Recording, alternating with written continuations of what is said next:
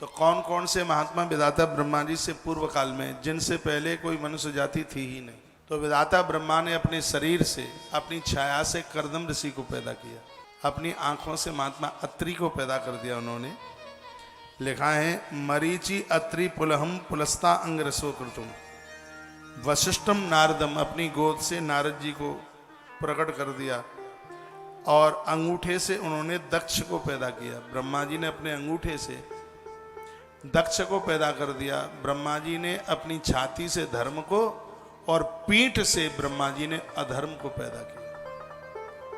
आप देखते हैं जब हम गुरुजनों को, संतों को प्रणाम करते हैं तो उनका हाथ या तो सिर के ऊपर पड़ता है या पीठ के ऊपर पड़ता है। सिर पर क्यों? सिर पर है अभिमान और पीठ पर है पाप।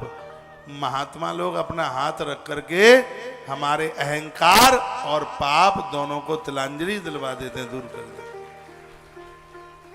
पीठ पर हाथ रखेंगे क्योंकि ब्रह्मा जी की पीठ से पाप पैदा हुआ, छाती से धर्म पैदा हुआ। इसलिए कभी भी भगवान को हम प्रणाम करते हैं तो पीठ के भर नहीं करते, छाती के भर करते हैं। छाती को धरती पर लगा देते हैं क्योंकि छाती से धर्म।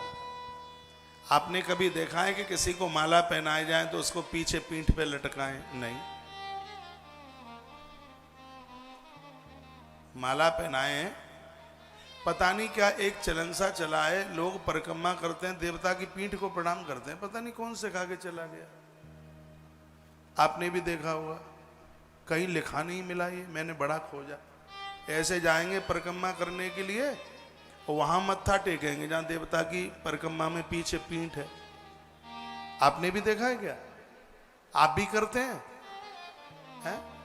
पीठ पे मत्था टेकेंगे, पता नहीं क्यों टेकते हैं। हमें कोई बताए तो सही कि लेख है कहां ये? पीठ के पीठे थूतरा ऐसे ठोकेंगे पीठ पर, देवता की पीठ पर।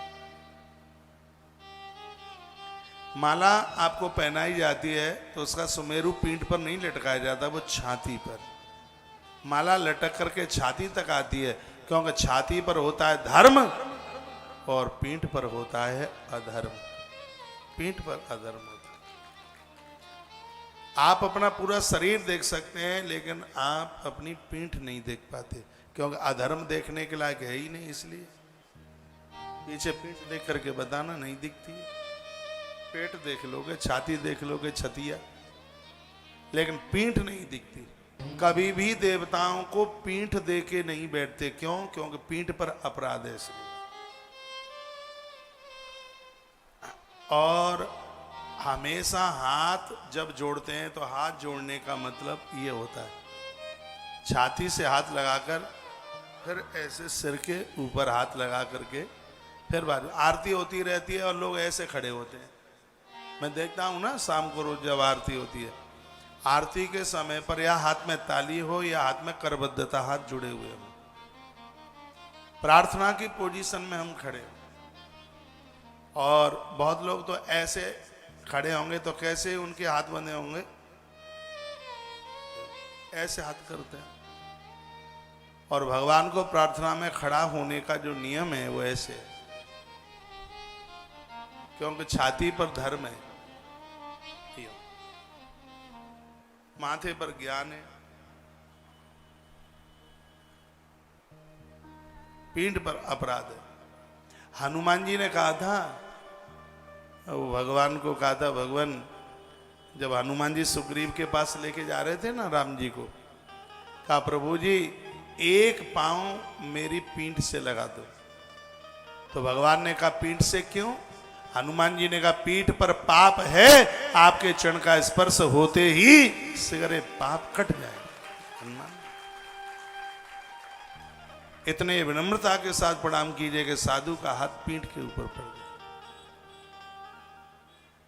आनंद हो रहा है।